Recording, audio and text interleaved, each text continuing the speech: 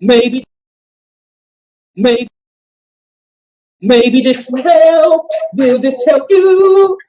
Don't forget the maybe, baby. Don't forget the maybe, baby. All I'm saying is we need to get in the studio. It's showtime. Welcome to another episode of Maybe This Will Help.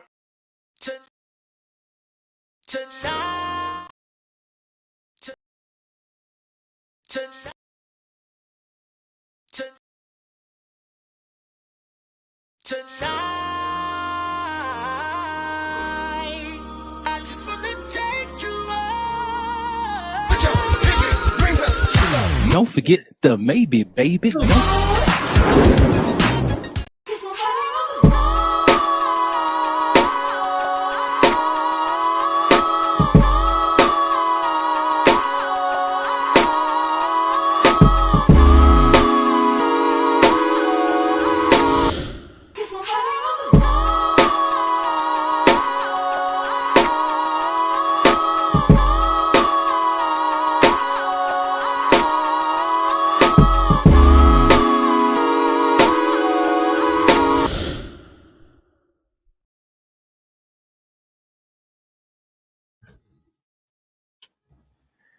Listen, let's just I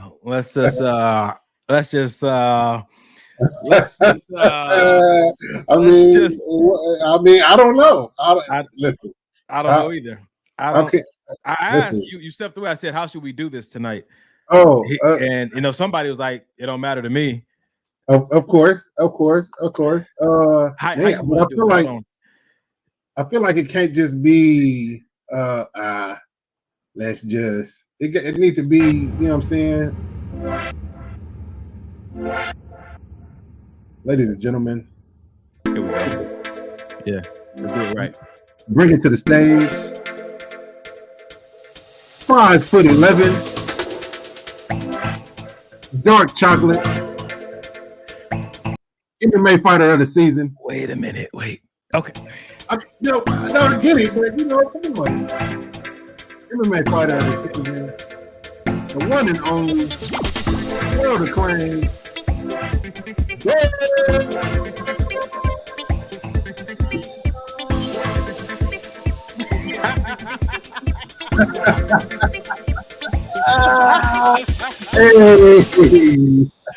Yo, bro, they've been we got a few people asking like when Dub coming back to the show. Buddy. As my brother Ricardo would say, you got some splaining to do, Lucy. Welcome back, man. What's the deal? Man. Talk to us for a second before we do our normal little thing on here. Man, I'm here. I don't know what to say, man. I've been discovering a lot about myself, a lot about life, a lot about just living life, man. The ups and downs, the good, the bad, the pretty, the not so pretty, you know what I'm saying? And just learning how to really be a man in everything, you know what I'm saying? And life will teach you some lessons, life will definitely teach you some lessons. And it's not all bad, you know what I'm saying? It's not all bad, but I've been in a quiet place, man, to where I've had a lot of time to sit and think and reflect and correct myself and figure out what I want, figure out what I need, and just looking at things through a different lens, man. Looking at things through a different lens. Like I said, it hadn't came by all bad stuff. Some of the stuff was good, But listen. Yeah, we appreciate you, man. Man, we appreciate we've said this over the years, man. Every brother that comes on here brings his own personality, his own flair, his own insight. And so, man, I think not just for the few people who reached out to us, but me and Mike as well. I think you might have spoke this because the last 3 episodes, Mike said in honor of Dub, or I'm gonna quote my brother Dub, like he said something that, you saying, you said to us. And so, you know what I'm saying? I don't know what kind of witchcraft that was, but I'm happy that how the Lord give Mike for that. I'm just grateful, man. I'm grateful. I think again, what you add is valuable. There's another perspective. You know, all we're doing on here is just trying to be vulnerable about what we've been through in hopes that maybe it'll help. And you said you've been off doing some things and doing some growth and doing some. So looking forward to hearing your perspective. Ain't much change, bro. We still do our videos, still do our posts.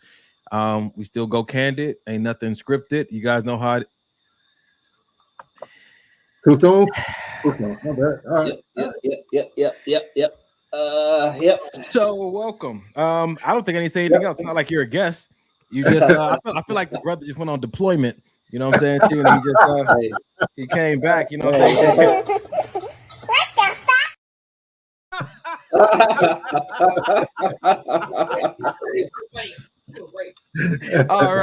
All right. Ladies and gentlemen, welcome to another episode. Yes, E is back. Welcome to another episode of Maybe This Will Help the Podcast, giving you the good, the bad, the alimony, that relationship talk you can relate to. We really hope you guys join us tonight. For those who are thinking about it, stay on for the entire show. E, yep, that is your bro right there. What up, sis? Thank you, Kerry. Listen, how are we gonna do this? You know, I've been doing the commercial. Should we do it like? Does that work for y'all? Can I do it like that? Work for me. All right, cool. Let's do it like that then. Shoot, it's just so much I want to say, but we're gonna get into the show because this is what y'all came for. So we're gonna check in for a second. As we do, you guys get to be a fly on the wall in this brother conversation every now and then. If you say something of value, throw it in the chat. And we'll throw it up on the screen just like that. We encourage you guys to go into the chat and share, because sometimes people watching or rebroadcast, what we say wasn't the valuable thing. It's something that you might have said or something you might have thought. So throw it in the chat. Because that's the only way they're gonna hear from you, because we're gonna be the only ones on camera. But your thoughts are valuable. Your perspective is valuable. So we appreciate you, fellas. Am I forgetting anything? No, not at all.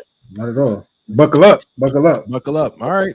Well, Dub, let us know how he was doing. Mike, you want to me, man. You know, I'm good, man. I am in I feel like a space of gratitude.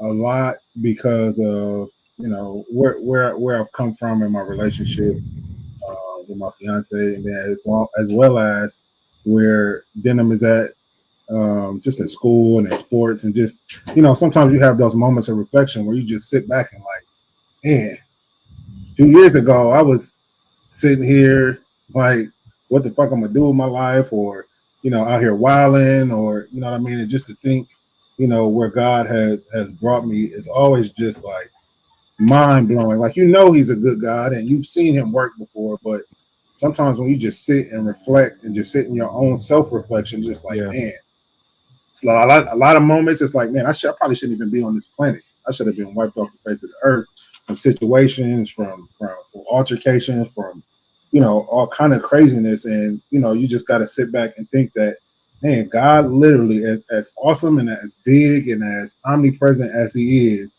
he thought to keep little old me on the earth for a specific reason. That's like mind blowing. Like me?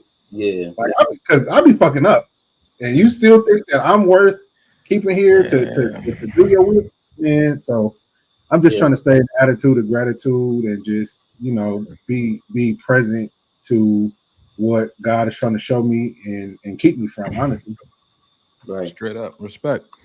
I don't know what movie I was watching, but they were saying like somebody got to die. I could think of a lot of people that should be dead versus some of the good ones that we feel like we lose at times. But fortunately, that's not the basis of termination. That's not the basis of your expiration. It's not about you being good or being bad. It's about everybody comes here with an allotted time. You know what I'm saying? When your time is up, your time is up. You know, I ain't never been on the other side of it, so I can't say for sure if you can speed that time up. But I know one thing is for sure, that you should appreciate every day you have, because you never know. Yeah. You just never know, brother. Nah, man. For real. I ain't gonna go too deep into that, so I'm gonna leave it alone. Man, all right, I'll check in real quick. I'm good. I'm ready to go for the podcast. Hey. Yeah, sometimes that's just how it is, man. Yeah. I tell you what I did yesterday. Yesterday I had a really good day, man. I had my Sabbath. I did something I wanted to do. Probably ain't a big deal to nobody else but me. But I took myself to Chipotle. I went for an hour and a half drive, listening to The Basement, listening to Tim Ross talk to his therapist, his therapist, his mentor, his sex therapist, and just hearing that brother from Inglewood talk about how she's helped him, and then hearing her talk about just growing up in an abusive household, domestic violence, sexual abuse from her father, and just how they just connected. You know what I'm saying? To you, it was eye-opening, it was healing, it was therapeutic. So I went for about an hour and a half drive listening to that. Took myself to Chipotle out in Rosemead somewhere. And just sat in the car, listened to the podcast some more. Took myself to get a massage, and then took myself to Spa Palace to go do laps in the ice cold pool and get in the jacuzzi and wash my hair and let the conditioner soak in, and just took a nap, ate some ice cream while I was there. Watched some more of the podcast, another little movie in the green room. Came home and then watched the 2-hour movie I've been waiting to watch called Loose. Like I just loved on myself with the little things that mean something to me. Yeah. You know what I'm saying to you? That's what I did yesterday, and I'm still on a high from it. Today I had to have some significant conversations with people, me and my lady. You know what I'm saying? We had a heart-to-heart conversation, but I'm just in a different head and heart space that we both allow. This is good. This is good conversation. Like, it's interesting once you clear the guck out. You know what I'm saying to you, how much easier it is for people to talk to you, and how more easily you talk to other people. It's interesting when you really solidify your beliefs and get rid of the doubts and abandon the worry. You know what I'm saying? How you're able to engage with people. You know what I'm saying to you? Like today I tried out going to a new church, you know what I'm saying? Just functioning there, just bounce. Like it was just a flowing day, and can't nobody get me out of this flow but me. Right. So if I continue to keep my routine and be mindful of the importance of my thoughts, my words, and my actions, I can stay here as long as I want. Right. That's fine. Yeah. So that's it for me, man. Y'all ready for tonight? Let's go. Yeah, boy. All right. You know what? Since we all here, let's just do the theme song one time, just because everybody's here. Let's just do the not everybody, but just because we three here, let's do the theme song before we get into it. Dub, can you lead us off, brother? I'm gonna do my part. I know. So you nobody. Are. I know you are. All right. It's been a long time. I shouldn't have left you. Shouldn't have left you. Maybe, maybe this will help. Will this help you? Maybe this will help. Oh, I'll do Carrie's part. Don't forget the maybe, baby. Don't forget the maybe, baby. Don't forget the maybe, baby. Don't forget the maybe, baby. Don't forget the maybe, baby. Hey! All right. Wow. And you're officially back. Don't forget it. White shot. Disrespect starts already. It is. You know, wintertime, this brother. You know what? That wasn't very nice. Can I do it to you? Let me see. First, I want to show y'all something because I got this light pointing on my face. Here we go. Let me see. Bam. There it is. Okay. It's a big difference. Okay. Yeah. It's a difference. Yeah. I'm with you, bro. I'm with you, bro. Don't try to play me like that. Here we go. Listen, this is where we at again today. All right. So how we gonna start? Let's start. Dub, you surprised me tonight, man. I don't know if I should start with this video, if I should start with this post. Hey, just continue with whatever flow you had.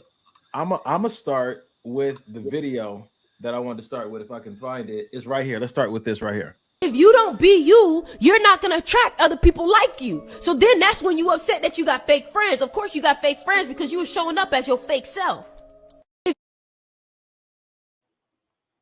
you don't be you, you're not going to attract other people like you. So then that's when you upset that you got fake friends. Of course you got fake friends because you were showing up as your fake self. That's really good. I feel like you got a devil's advocate, man. What's on the agenda right there? Oh, I agree. I agree 100%. I agree 100%. Well, because I know when I was faking and trying to be something I wasn't, you know what I mean? I found myself falling in and out of these relationships with males and females that I call my friends, and nothing really ever stuck. You know what I mean? I feel like once I started to find my true self and figure out really who I was, and sometimes it even wasn't faking and funking I feel like sometimes it's just a matter of you don't know what your true identity is. So you see somebody like, oh, they're cool. Let me assimilate to maybe try to be like them and see if that works for me. Oh, or they're cool too. Let me try to be like, until I really found my own niche, my own way of being me. I feel like that's when substantial friendships really started to form. You know what I mean? Like now, I feel like I'm probably now my most authentic self than I've ever been. And I feel like I have solid friendships and solid relationships now, as opposed to when I was still trying to find out who I really was. I can respect that. I love the part about holding space for people to find themselves. Yeah. You know what I'm saying? So I think it's, and I can probably say I've been guilty with this too. Like people talking about how important it is to be authentic, but not giving people space and time to find out who they authentically are. It's like such a mandate. It can seem so pressure filled that you're like, man, I got to hurry up and choose. And then if I choose something I don't like, I got to stick with it, or else I'm going to be considered fake. Yep. You know what I'm saying? We forever growing and we forever learning and knowing. And so, as you're learning who you are, some things you might think you are, some things you might know for sure you are. In different seasons, you might learn new things about yourself, right? Yeah. So I think that's a good perspective, man. Dub, you got anything to say about that? You ever? I think it's important to be authentically you at whatever season you're in. Being authentically you in whatever season that you're in, that's when you're going to get what you need.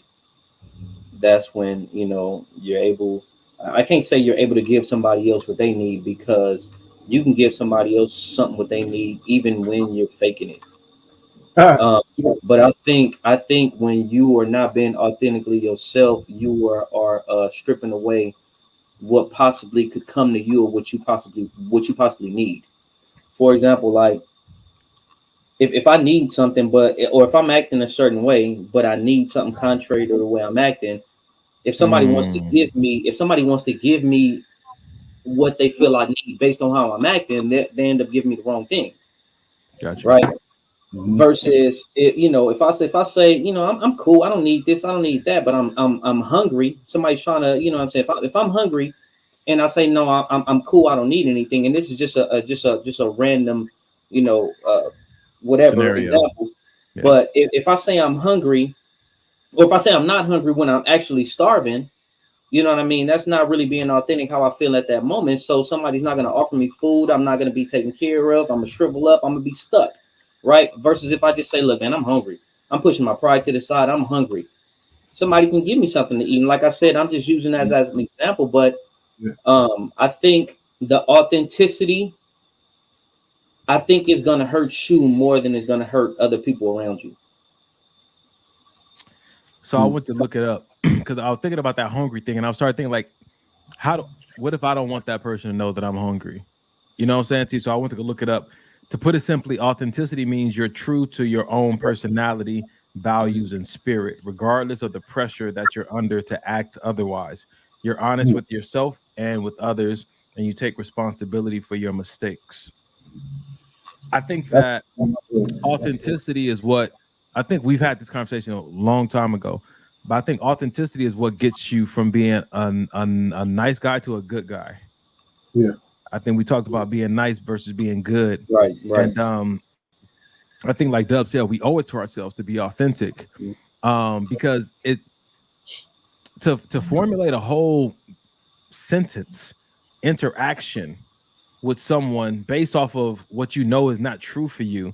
Right. I think that sometimes we do it to, get people off our scent or whatever, but I think it damages us in a certain way. Right. I think it's coming from this place of why don't I feel like I can say what I really feel right now? Right. What's the thought pattern that's making me believe that I have to create something false? I have to pretend right now. I think that for me, it's not so much what we're doing, it's the why behind what we're doing it, right? You know, even if you say something like, Dub, you brought this up often, like you put on your white people's voice when you answer the phone at work. You know what I'm saying? What is it about your voice that you think isn't good enough in this moment? You know what I'm saying to you? Or you dress a certain way when you go to a certain place, is you struggle with feeling accepted? You know, and I'm not saying you got to change anything, but it's good to address your why behind why you're doing things you know that are in direct conflict with who you are, who your personality, what your personality is. you know, oh, go ahead. Go ahead. Oh, you got it. You got it. You got it. I was just gonna say, I think with also being your true authentic self, it allows you to see where you need to grow. True. You know, I feel like it stunts your own growth. Like if I'm gonna sit up here and be faking, I'm gonna be flawed. I'm not being 100% myself. You know, and I'm being this imposter. I don't even know where I need to grow in certain areas. Well, that's one area right there automatically that I need to grow. I need to grow in my own self-confidence that I can't even be myself.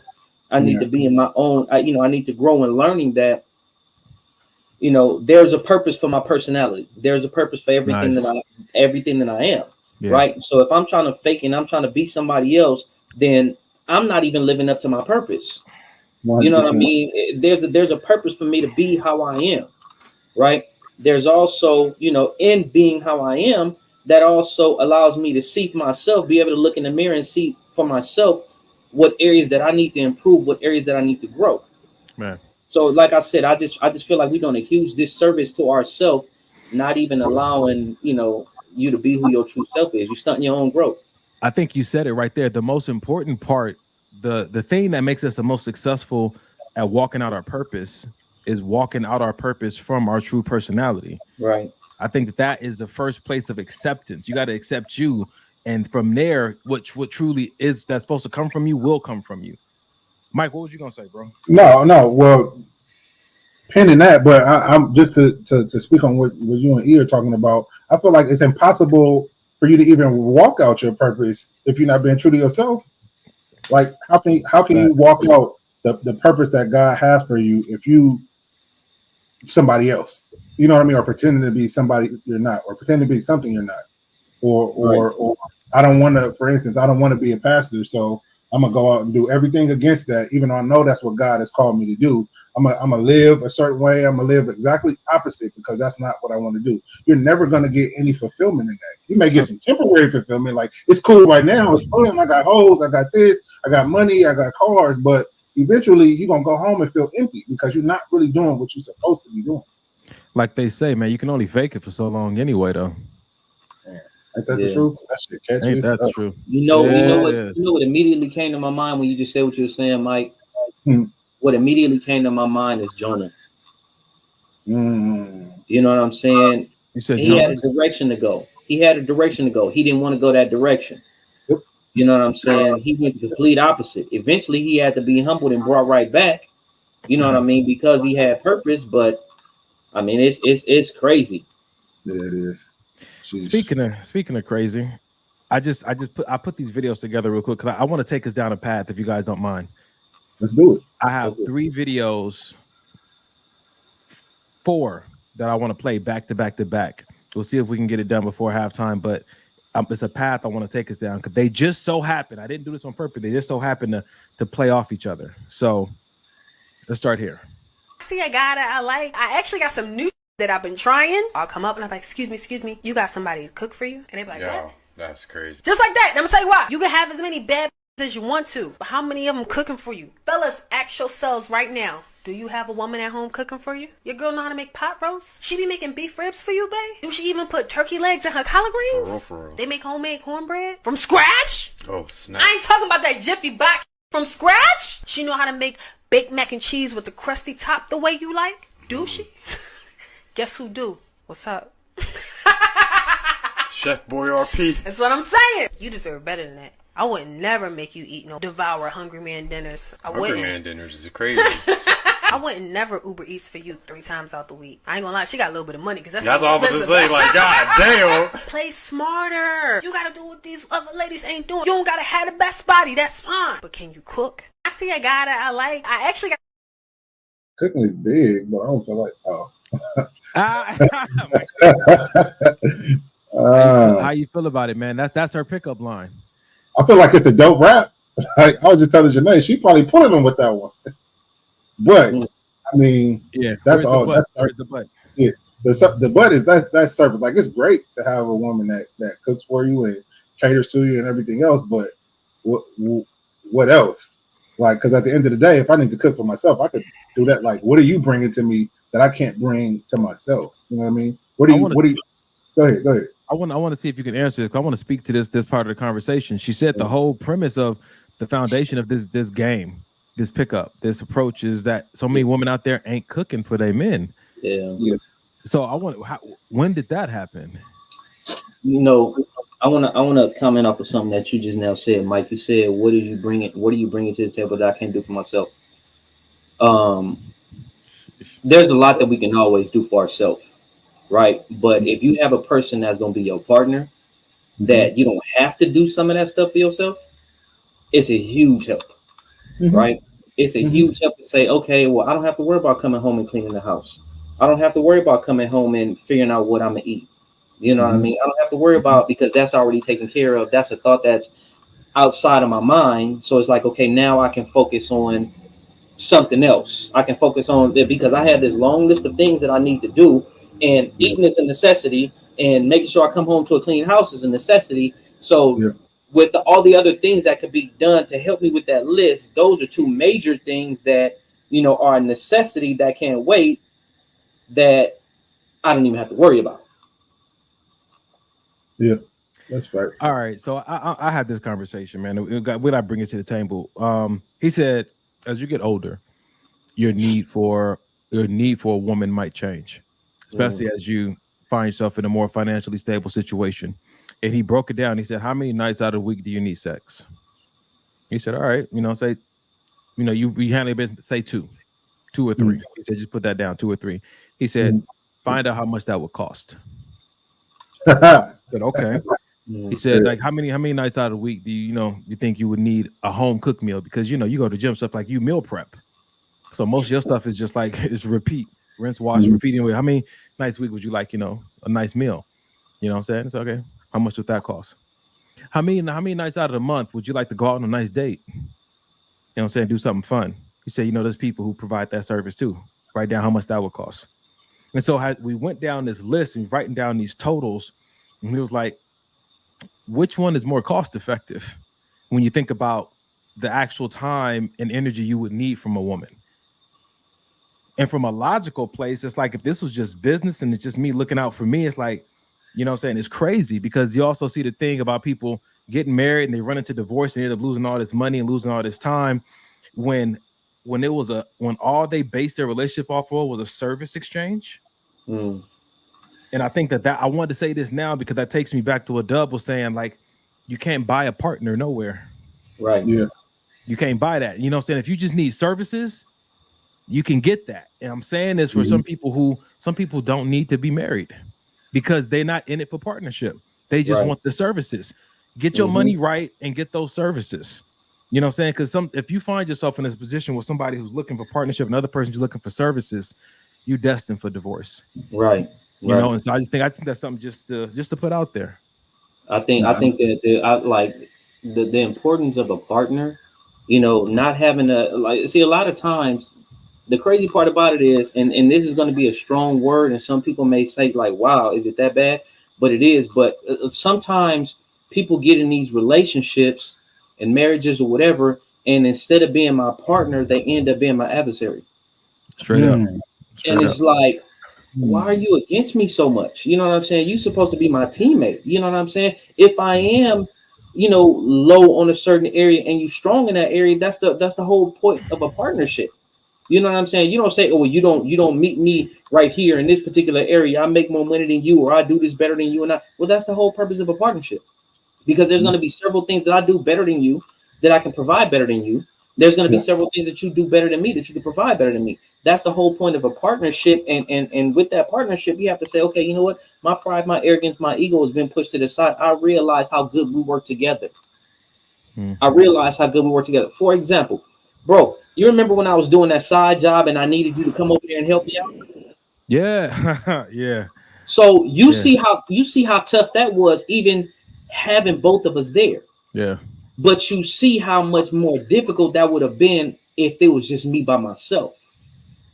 And then even with that job, we had to communicate. It's like, okay, 1, 2, 3, pull, 1, 2, 3. And that was us working in sync, working together. So you can have a partner, but if you guys aren't working in sync, if you guys aren't working together, that's just as bad as not having a partner. If I'm pulling and you pushing and we're not doing it together, that's just as bad as not having somebody.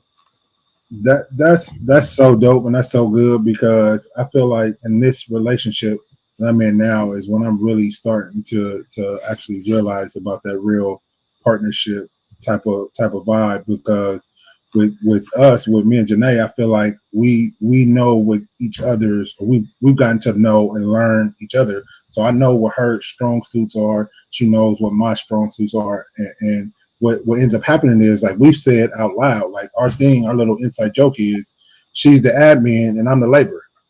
You handle all the appointments that need to be made, and because I'm gonna forget or I'm not gonna do it right, you handle that. We need to go move something. We need this.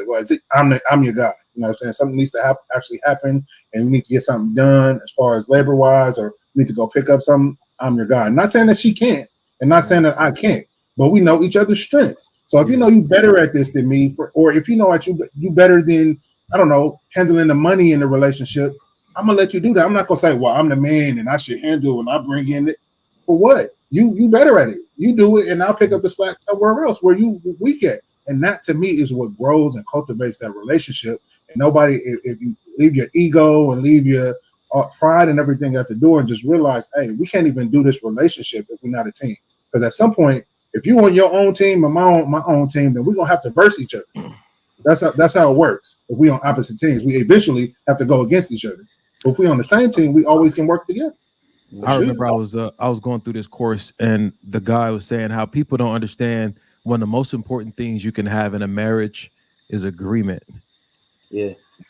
He said if you can have the more things you can have agreement on, you can be different people but still have agreement. Yeah. You know what I'm saying to you? So the agreement sometimes requires conversation, compromise, and whatnot. But he said that the Bible says, how can two people walk together unless they agree? And so as much as you may want someone to be a partner, if you don't have agreement with them, that's just going to be a desire of your heart. It's never going to be manifest in your real life. Mm-hmm. Agreement is one of those things that when you have it, there's this underlining understanding of how much effort each person is going to put into it, because they understand what's at stake. That's the agreement. The agreement is that we found something of value, yet we both mutually value. And right. We're gonna come together to ensure this thing is either protected or growing. Right. And it has to be. I just want to say real quick, it has to be spoken. It can't be an agreement. Well, I thought because we got together that it was just gonna be. It got to be communicated. Like it ain't no way we can make this shit right if I don't communicate what I need and what I want. Right.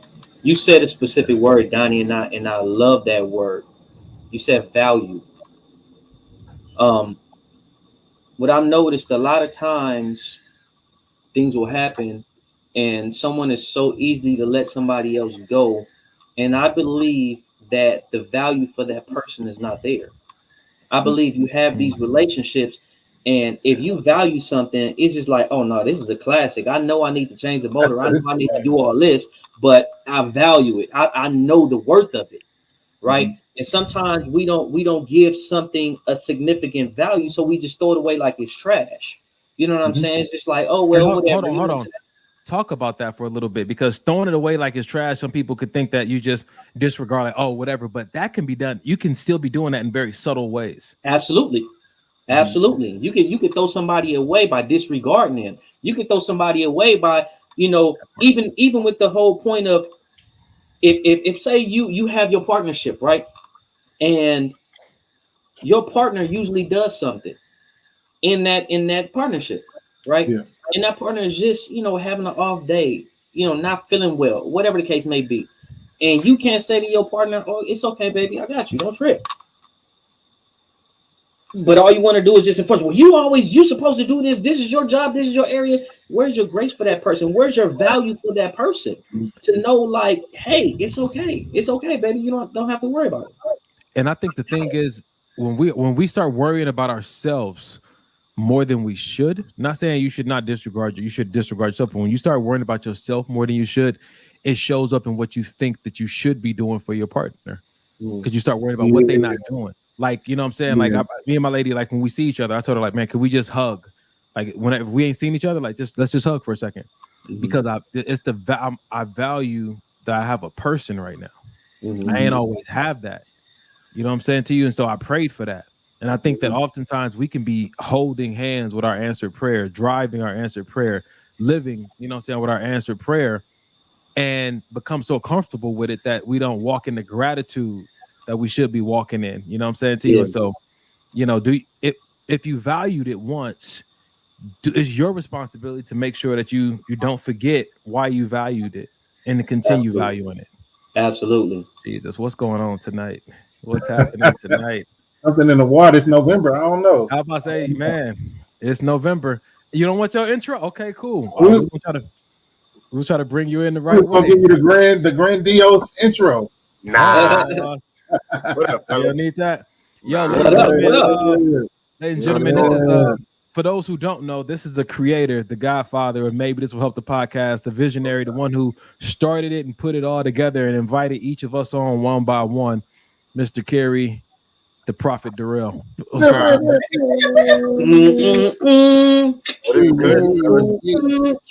Hey, hold on, I gotta get a screenshot of this. It's been a minute since we seen something like this happen. I know, right? That's crazy. Bruh. Living in the moment right now, man. We live in the moment. We was about to transition to another video, about to do a series. So I'm gonna run the video back and then I'm gonna play the second video. Just so y'all can see where we're headed. So I know we got a few comments out there in the chat.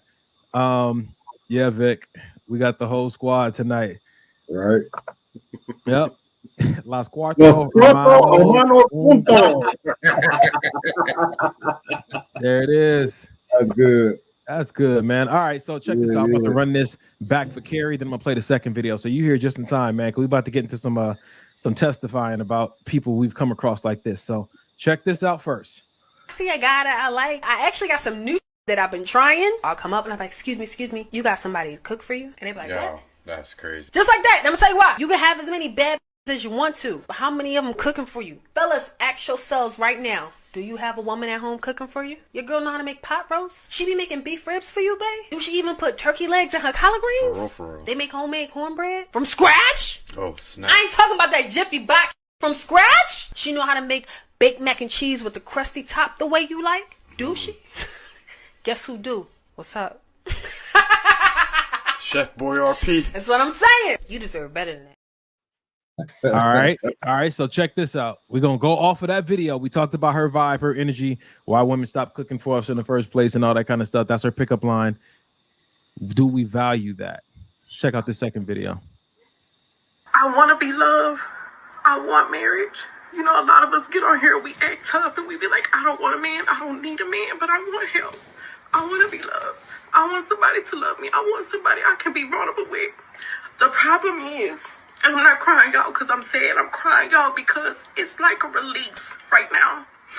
But the problem for me, y'all, is that all the relationships that I had with men were not about love. It was about survival for me. I know how to fuck. I know how to cook. I know how to clean. I know how to seduce a man. I do not know how to love a man. And then to have a son, because of those choices that I was making, y'all, and I got pregnant really, really fast. I got pregnant within 90 days of knowing my baby daddy. And we don't talk about this shit because it's embarrassing and it hurts. It fucking hurts. And I'm mad with me. I'm not mad at men. I'm not mad at my life. I'm mad at me because I don't know how to fix me. I don't know how to fix it. That's accountability. That's the shit that hurts. Is realizing that, hey, I got some shit with me that I don't know how to fucking fix. And in turn, because I don't know how to fix that shit, I'm fucking up other people around me. That I want to go right into it, man. I just wanted to set it up. That's therapy. That is therapy. Listen, since we always transparent on this show. Me and Mike had this conversation earlier this week. Bullshitting people, telling it's almost like being in the gym and you working with a trainer and the trainer walk away and he tell you got 15 in this rep, 15 reps in this set. and he leave and go to the bathroom, and you only do 9. You're not affecting nobody but yourself. So in this aspect, I was hurting people and not even knowing that I'm hurting people. Literally unconsciously hurting people because I didn't know how to fix me, because I felt like somebody else couldn't help me fix me. I have to be the only person to fix me, and I was so far past wrong just because I couldn't see the other side of wrong for me. The other side wasn't necessarily wrong. It was just something I couldn't see. And indulging into that, I realized that a lot of the problems that I was dealing with, a lot of the hurt that I was giving towards other people, a lot of the things that I was holding in, a lot of the issues that I was causing was because somebody had caused a problem for me a long time ago that didn't have nothing to do with today. But because I didn't do the work, I couldn't see anything past that. I just saw the hurt. The hurt will be such a Donald Trump wall around Mexico that you can't see anything over that. But you know something's on the other side, but it's climbing this wall, going around this wall, digging into this wall. It's a lot. And it's something that we don't realize when you get to where she is, because that's where I was. You have to find another you, if that makes sense. That you don't, my pastor used to say all the time, there's a you in you that nobody knows, not even you. And when you find that person, it's such all of that is like an onion peel. It's just a shell. You start shedding that stuff off. Go ahead. I'm sorry. Let me ask you a question though, because in this journey of doing the self-work and finding ourselves, do you believe, any of you guys, that there's a point to where you need to remove yourself from the market and be like, yo, or do we like, no, I'm gonna stay out here and try to find that other me while I'm finding out who me is as well? Should I take myself off the market because I see what I'm capable of? Or just hold on for a second. Or is everybody truly capable of it given the right circumstances and no one's more prepared than the next? I'll start with that. I see videos and people say, oh, well, if you don't have this, you shouldn't be dating. Oh, if you're not here, you shouldn't be dating. Oh, if you don't have this money, you shouldn't be dating. Oh, if you're not this, you shouldn't be dating. But those are a lot of people's own personal opinions.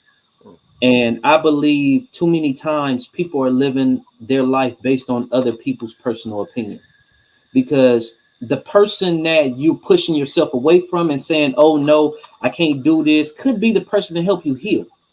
Could be that very person that's going to either open up another door within you that you didn't even know was there. It was like, oh, wow.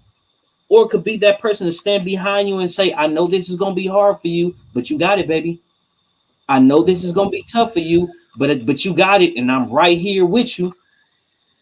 So with that being the case, I would say this: to each his own. In some cases, some people may say, you know what, I need to take a step back because I'm doing a lot more damage than good.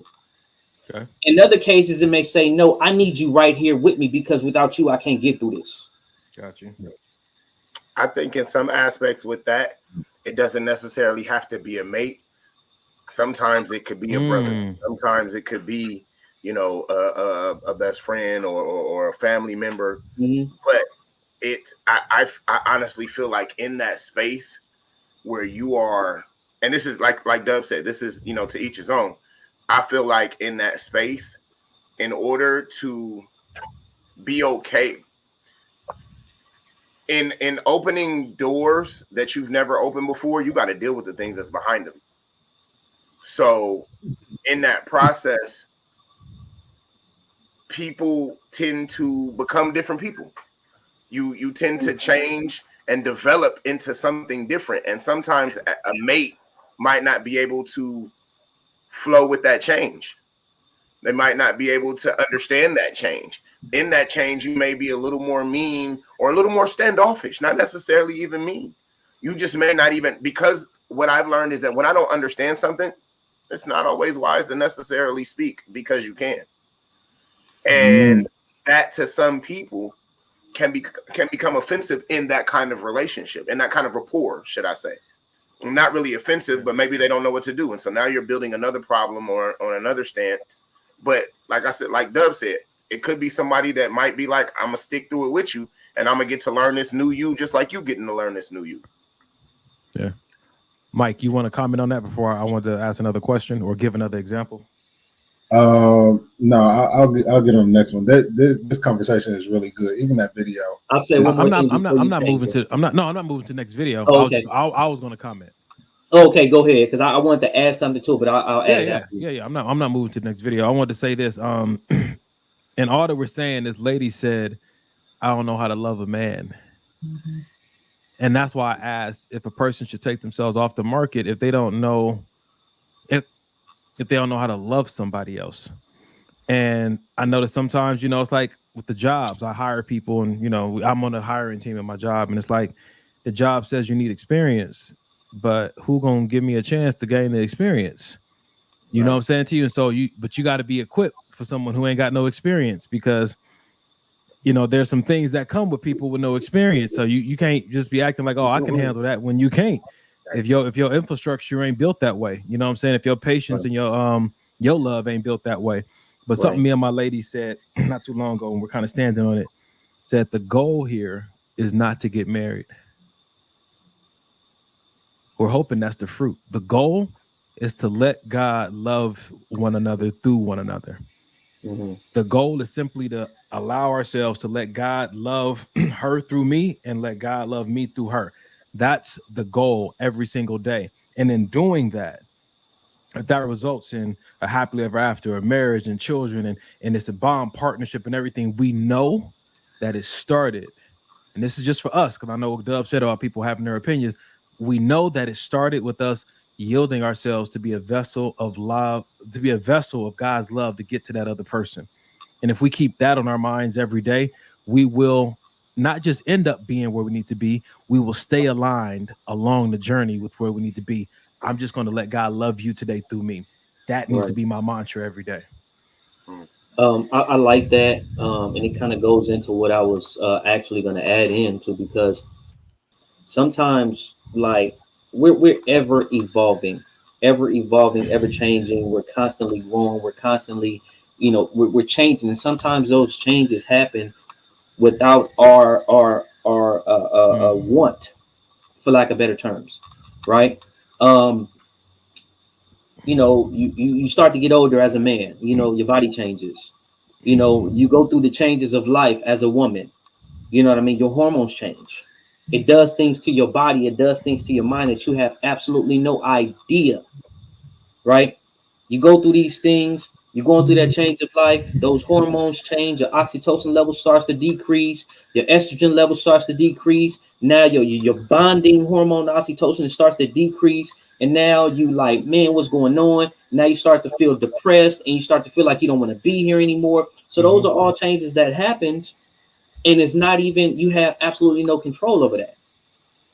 Sometimes we go through things. The thing that's very that stood out to me the most looking at that video is the fact that she was so transparent and said, I don't even know how.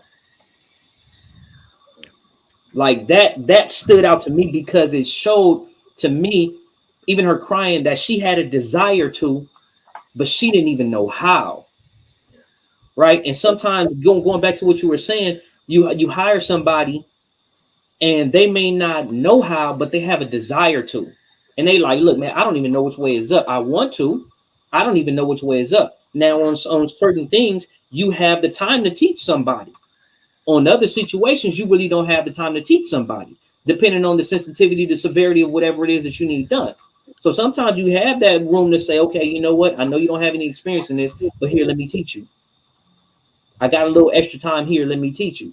I got some a little emotional credit, so I have a little bit more patience to teach you. Some people don't have that emotional credit, so they don't have that extra patience to teach you. And I think that comes with, once again, whoever you're dealing with, what do they have available to give? How much can they be invested in you at the time?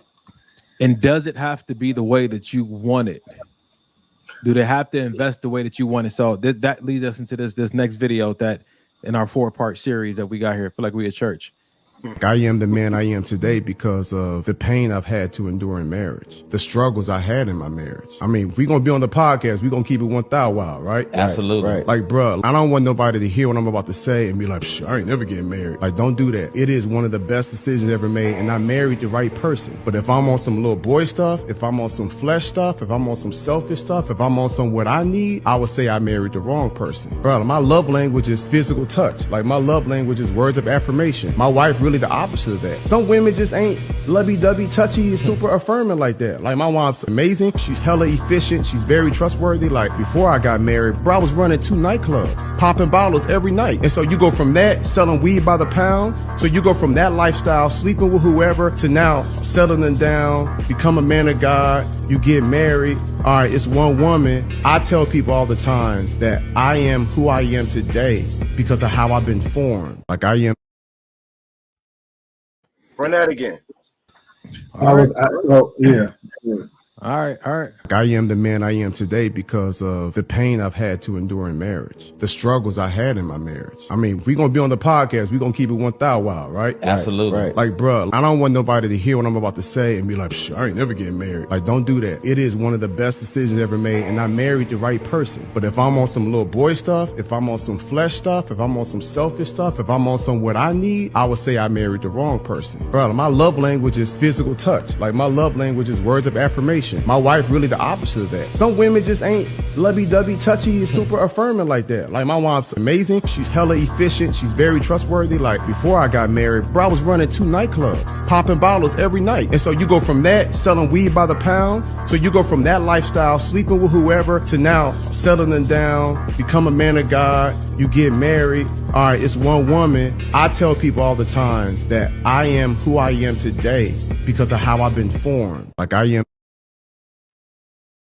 So the reason I want, go ahead, Mike. No, go. I was putting a disclaimer out there. The reason I wanted to put this video out there after the last 2 was talking just to continue the conversation about the woman saying, like, I don't know how to love a man, and just wondering if she was accurate or not.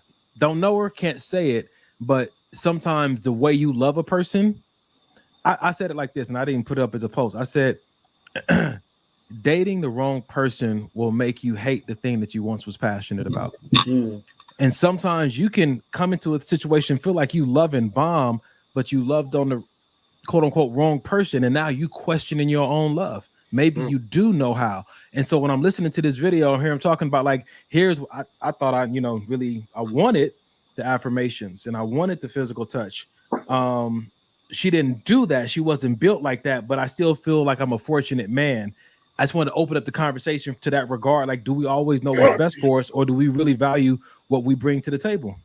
That's why, Mike. I'm sorry. Go ahead, Mike. Go ahead. No, you good.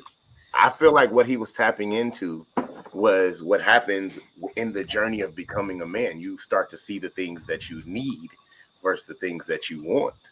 We want and desire certain things, but there are needs that we have. And when that starts to change, you start to realize that my wants don't add up to the progression of me. My needs, because these things that I need will help me to be a better man. You're finding these things in that space, and you have to find the line. I think so this ties back to the last thing that you asked, Donnie. Do you think that you should take the time and separate yourself in the space of that? I feel like in that space of separation, you're looking at the things that you want and finding out, are they a necessity, or are they just something that you want? Are they the things that are going to progress you into this, or they just make you happy with where you are? Well, let me ask you a question. I don't think I've heard anybody ask before. Are love languages a need or a want? I think they're a need. I know really? that I feel like mine are a need. I feel like he said his is touch. Physical touch and affirmation. If you are a physical touch person and your woman never touches you until it's time to have physical intercourse, eventually whatever that does for you, you're missing it. Is that it? Will you eventually search for that? So basically, so the woman at the job can come up and give you a hug, and you'll feel that feeling that you should have been feeling from your woman the whole time. Because you acted like it wasn't a need and it was a want. You let somebody else tell you what your wants and your needs were instead of you finding out who it is that you are. Baby, I need to be touched. Listen, I need us to come into agreement that I need to be touched. But you have to verbalize that, just like you said, in agreement. I have to let you know, baby, this is how I am. And if she says, yo, I don't, that's not my, then that's something you really need to think about. It doesn't matter how, because ultimately, if this is what you're trying to do, forever is forever, if that's what you're saying. So you have to be honest and real with yourself in dating, in progression. Yo, am I going to need this later? Because if I'm going to need this later and this person isn't giving it to me, then now we outside of my marriage. And that, I think going back to what Dub said, and they're showing you that that's not something they value. And just because you like her, you love her. That doesn't mean. So I will say this. I would say, and this is just me really thinking about everything. I would say sometimes those needs are needs at the moment, and sometimes they're not. And the reason why I say this is because I think based on where you are in that journey with that person, I think even those needs can be set aside. For example, if you build something with somebody, right? And for whatever reason, whether it's health, whatever, that person cannot give you what you need at that time. At that point, because you value that person, you're going to have to exercise discipline to have to go without what you need for the sake of your person. So I say it really depends on where you at. What do you have built? What do you have established? If somebody's going through some situations and you having a health issue, right? Yeah. I knew that's where you were headed. Yeah. You know what I mean? Depending on where you built in that situation with that person, what you have built, you're going to say, okay, damn, I need this, but my person, you know what I'm saying, they can't give it to me right now. You know what I'm saying? There's health issues that's going on. They can give me permission. Right. Or if you have to go, well, whatever. Or if you have to say, okay, you know what? I have to go, to another country for 6 months to work. Right. Sheesh. At that point, you have to put some discipline within yourself and say, hey, my person can't be here to really give me what I need. But, we already have something established and we already have a rapport with each other.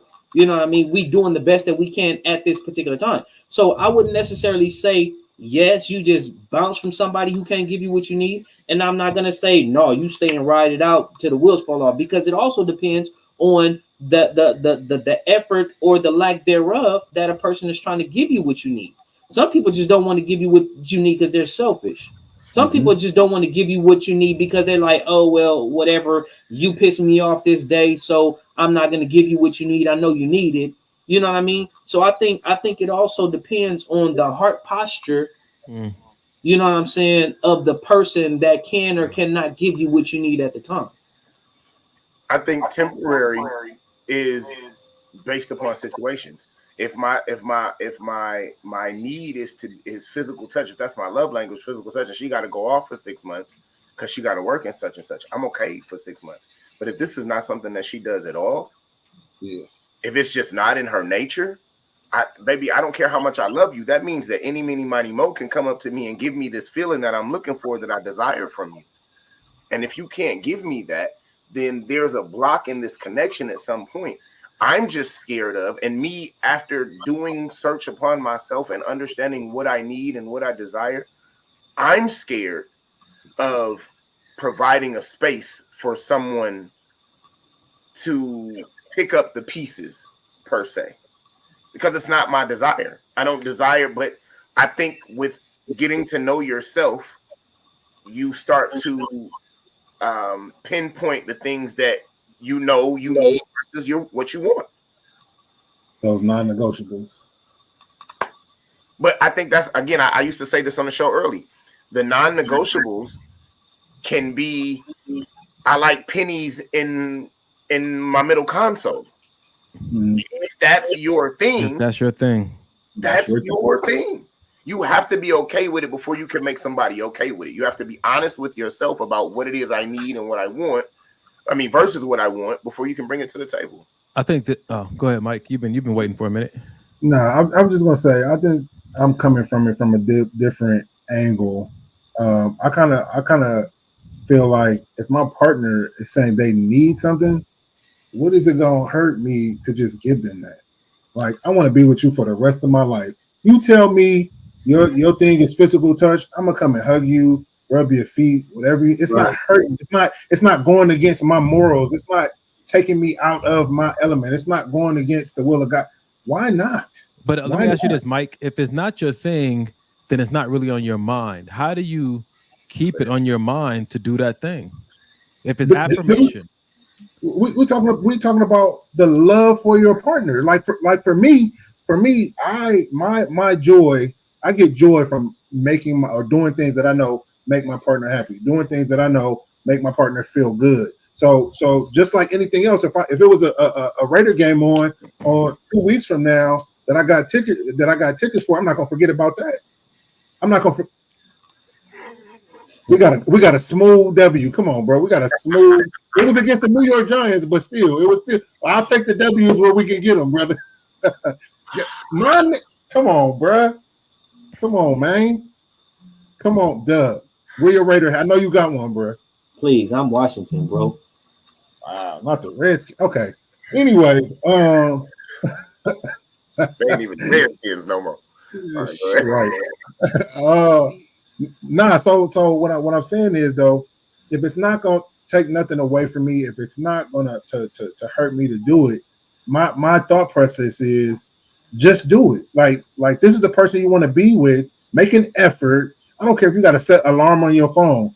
Text Janae, I love you. Text Janae, check on her day. Whatever the case may be. If it's not you, I get it. It's not you. It's some things in my relationship now I ain't never had to do. But because I want to be in this relationship, I'm going to train myself to do those things. That's the decision that you made. How long have you been single for? I was like, that's the. Sorry about that.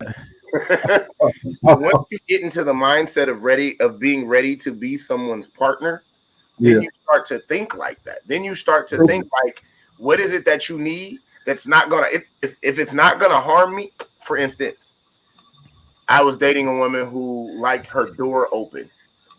I am so the open up doors, but she needs her car door open. Supposedly a busy street. Okay. I don't think it's safe for both of us to be on the other side. For me to open the door for you as you drive to get in, and now I gotta walk back to the other side. So here's my thing. How about I just let you get in? How about I let you get in and I drive home? If we're in that, you get what I'm saying? I can still open the door for you, but now I'll just drive home instead of, because what I think is still what I think. This is backwards for us right now. If I just open the door and put you in, now you've gotten what you need, and in the same aspect, I'm still being the man I'm supposed to be in this situation. It's really about compromise and understanding what's not going to. This is the thing, though. When you think about, in my mind, take time. The Bible even says it takes, like a wise king takes time to consider the cost before he goes to battle. This is what I think a lot of people will benefit from: taking time to ask other people and then sit with themselves and then pray about finding out what all do I need to be prepared to do in a relationship and in a marriage. What is it calling me to do? Do I need to go back to school? Do I need to take some courses? Do I need to let some people go? Like, I think a lot of times people aren't researching the role before they sign up for it. And that's the issue. You didn't check you didn't look at the requirements for the job. You just put in your application. So basically, I'm I'm gonna piggyback on that because I like what he said. You bought the car and didn't read the Carfax. Listen, Didn't. Huh? But you just wanted the benefits of it, and I just put a video up on Instagram about that. If a person has a title, then if they're occupying the title, they should also occupy the responsibility.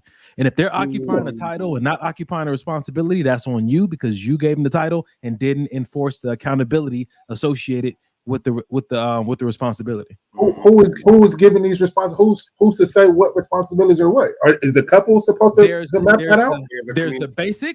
There's the basic ones that we learn from the Bible about what a husband and wife is called to do, and then there's the specifics ones you learn about in dating. Yeah, that's good. Talking about the individual, yeah, good, absolutely. Yes, sir. Yes, sir. I like that one. All right, so all of that to be said, here's our 4th video, and after this we can go on our halftime. But I was building this up. We got 2 videos from the ladies, and then our 2nd video from the men. Check this out. All you need is one person in your life who says, "You got this, I believe in you," and you will find courage and energy to do things that you would not have had before. But more importantly, that person needs to also say, "And if everything goes wrong, I will be there for you, and I will be there with you, and I will be in the mud with you," and has the ability to say, "Something's wrong, I'm worried about you." And I think burnout happens when you're attempting to do all of the things you see other people do and not realize that they have deep, meaningful relationships that you can't see. And you think, falsely, that you have to do it alone. And that's when burnout happens, because you don't, as an individual, have the energy. But in community and in relationship and in friendship, it's remarkable, including knowing when to just take a little break to recharge. What? One more time, Mike? Okay, sorry about that. I got you. All you need is one person in your life who says, "You got this, I believe in you," and you will find courage and energy to do things that you would not have had before.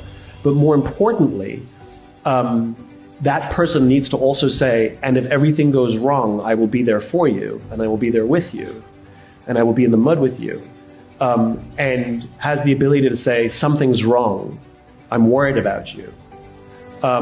And I think burnout happens when you're attempting to do all of the things you see other people do and not realize that they have deep, meaningful relationships that you can't see. And you think, falsely, that you have to do it alone. And that's when burnout happens, because you don't, as an individual, have the energy. But in community and in relationship and in friendship, it's remarkable, including knowing when to just take a little break to recharge. The reason I wanted to play this, Carrie said it earlier, that person doesn't necessarily have to be your partner or your mate. But like in my relationship, what we're working on, we say this all the time, heavy on the friendship. Because that person that he's talking about, your partner should in many ways be fulfilling those roles in conjunction with your friends. And I think that what that lady was needing in that other video and what that man was talking about that he got from his wife was someone that will be able to be that person that is cheering you on, but still being able to hold you accountable, but still being able to affirm you in a way that, or confirm that they're not going anywhere, that they're here with you. Y'all brothers ever had anybody like that? No. I didn't think so. You look like nobody wants to ride it out with you. Yeah. In every way possible. Wow. Wow. Solo ride.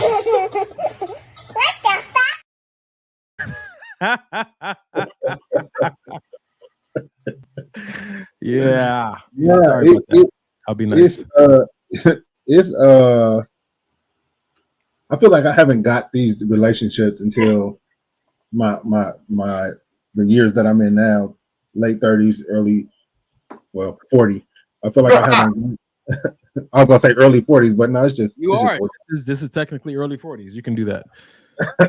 Nah, so I feel like I'm just now starting to see these relationships and really put emphasis on who I'm calling my friend, who I'm calling my brothers, and all these other things. Even in my relationship with Janae, it's just like I know that if me and Dub don't talk for 2 months, if I need to call Dub and I got a serious issue I can call Dub and be able to count on Dub, whether it be counseling, whether it's Dub, I need you to come over here and just sit with me, whether it's Carrie, hey, I'm doing bad right now, or if I want somebody to celebrate with, hey, we just did this. I know these people in my mind and in my heart. I know these are the people that I know is gonna have my back, regardless of what's going on, to the best of their ability. You know what I'm saying?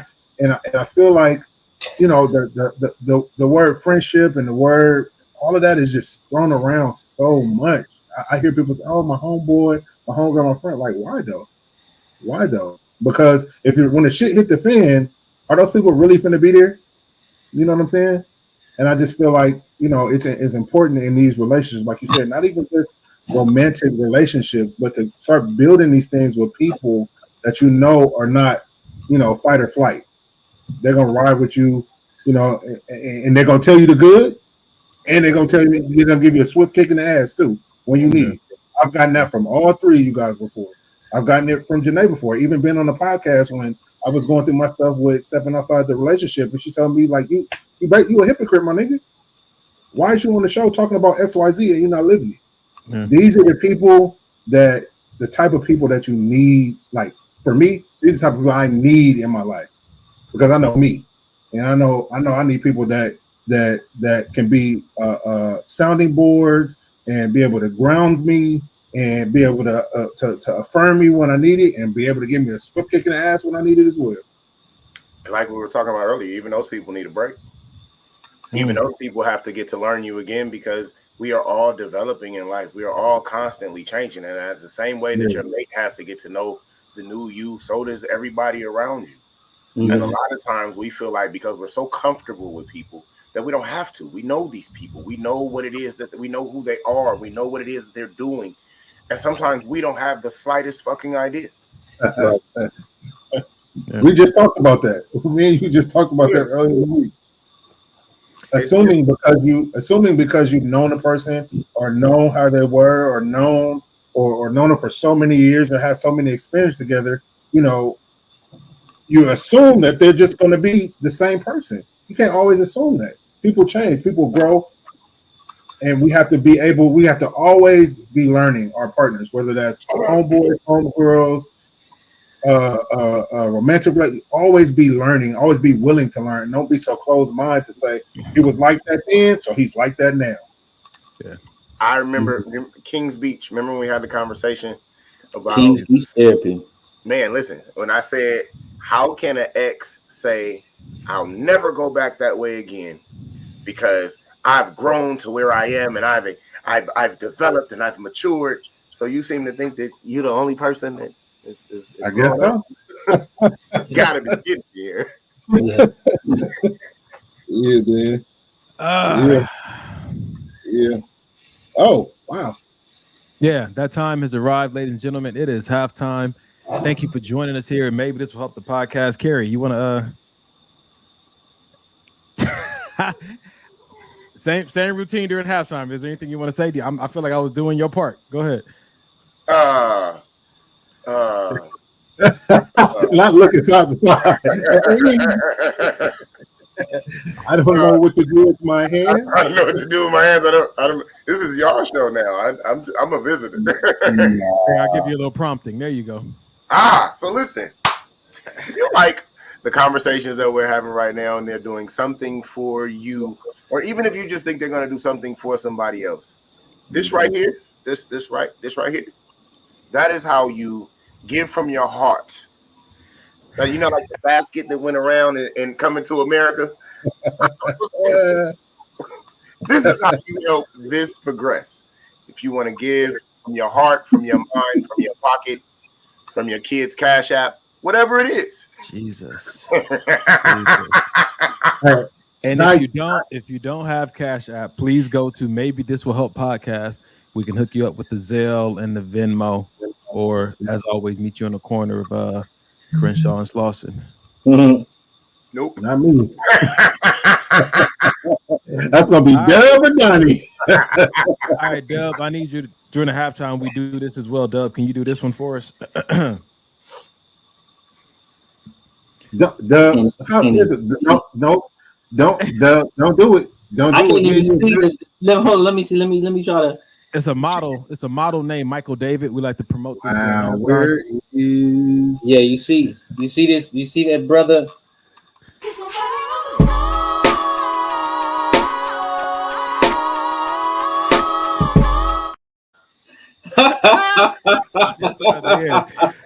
Listen, during the halftime, we like to talk about small businesses. Well, this model right here.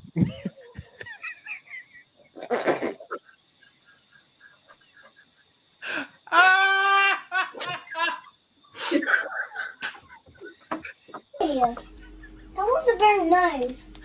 That wasn't very nice. We do to you. Oh shit.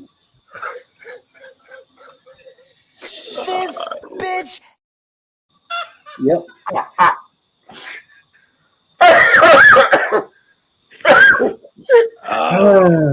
All right. If you need anything printed, we have a company called Stoic Printing Services. They print on paper, beanies, t-shirts, paper, whatever it is. If you're throwing a party and you need some rentals for the party, you can go to Bayden. I'm saying it right, Bayden. Yep. Bayden Rentals. And again, if you're looking for a model, small business. Jesus Christ! Put on. Oh man, we love y'all. Thank you for joining us during this halftime. Yeah. Please tag somebody to come in and watch the second half of the show. Put your favorite part of the show in the chat. You know, people who watch on rebroadcast definitely love to see what you guys are saying, not just us. We're gonna continue on to the second half of the show. Fellas, I'm gonna leave the videos alone. You know what? I'm gonna leave the videos alone just for a second. I want to tap into some of these posts that we saw online. So let's tap in just like this. If she wants you, she will apply pressure too. If she wants you, she will apply pressure too. True or false? And if you say true, what does pressure look like when it's coming from a woman?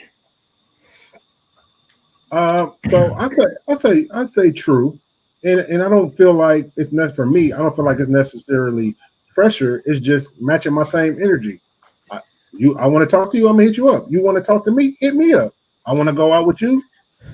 I'm gonna hit you up. You want to go out with me? Just applying that same energy, because at the end of the day, you know, I get the chase and all of that, but at the same time, when does the chase become a game? Like, you know, you want to see me on Friday. Why not just say I want to see you on Friday?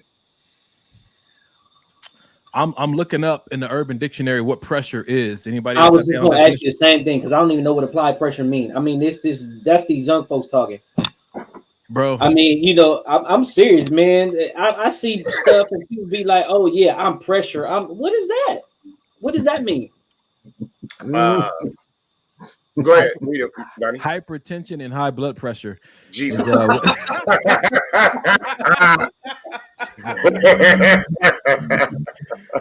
Y'all, wow, the uncomfortable feeling you get when you've gotten a BJ and you haven't gotten a BJ in several years. Me. Listen, this is just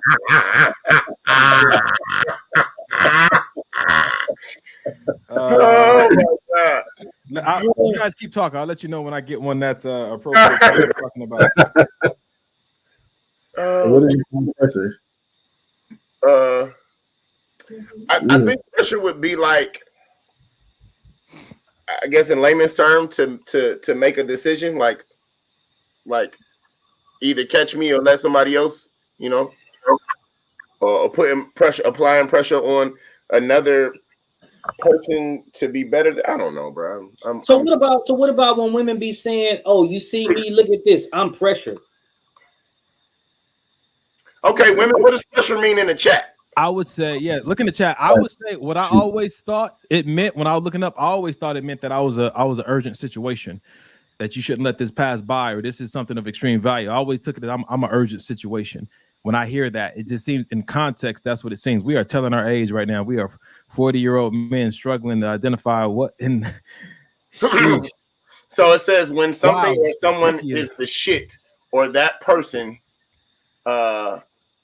Yeah, so that's what I'm saying. That's Urban Dictionary. Is when something or someone is the shit. Like look at our old audience members. Look at them. Is pressure shooting your shot? Look at your old ones. To push up on someone. Push up. What does it look like? I thought it was flirting. At least. So, well, I got another definition. I got another definition. To make it known you want somebody, if you want me, apply pressure. So I'm making it known that you want me when I say I'm pressure.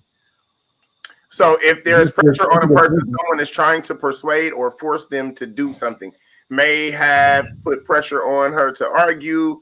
Yeah, we've gotten so many different pressures. Right. So, moving on with the conversation. Going back to the original question. Jesus. Let's go back to the original question. If she wants you, she will apply pressure too. True or false for the rest of you fellas? And if true, what does that look like coming from a woman for you? Once again, what's pressure? Is that flirting? I guess we have to figure out what pressure is to even say. Let's just say effort. Yeah, I'm about to say in this terms, I guess that's what it's saying. Will she apply effort? I think that. What was the question? So I can answer it directly. Shoot. Let me go back and say it. If she wants you, she will apply pressure too. True or false? And if it is true, what does that look like coming from a woman? True. And I think in the beginning stages, it looks like trying to get to know you. What does that look like? That looks like trying to be a part of your world. What are your do's? What are your don'ts? What are your likes? What are your dislikes? Where do you go? Like her? Is she planning dates? Is she bringing questions to it? Absolutely. I don't know that that's necessarily pressure, but I think it's just showing interest. Is she calling first? That sounds like pressure to me. She better. We should both be calling first. Like that kind of, at this age, that kind of unbalanced. Nick, when you this close to the grave, I think some things.